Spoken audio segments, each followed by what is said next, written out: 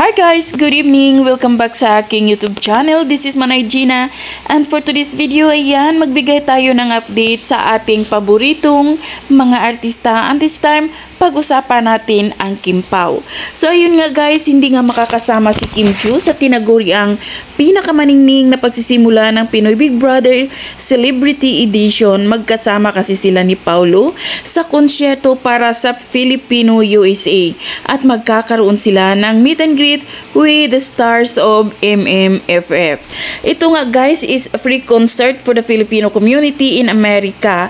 At tatapukan nga ito ng mga performances ng mga world-class Filipino performer na sina Jaya, John Arcela, Jade Madela, Joey Albert at ang Junior New System.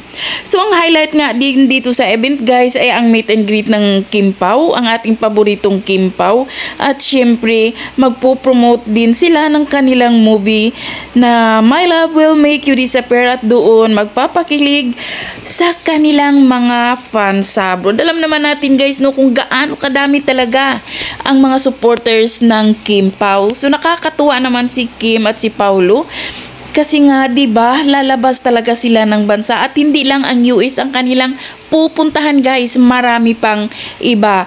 So ayun nga, hindi rin nakapagtataka na ang Kim Pao kasi is alam naman natin na need talaga nilang mag-promote sa kanilang movie since ito ay ipapalabas international. Kaya sa mga Kim Pao fans na andyan sa USA guys, abangan nyo ang Kim Pao at siguradong kikiligin kayo.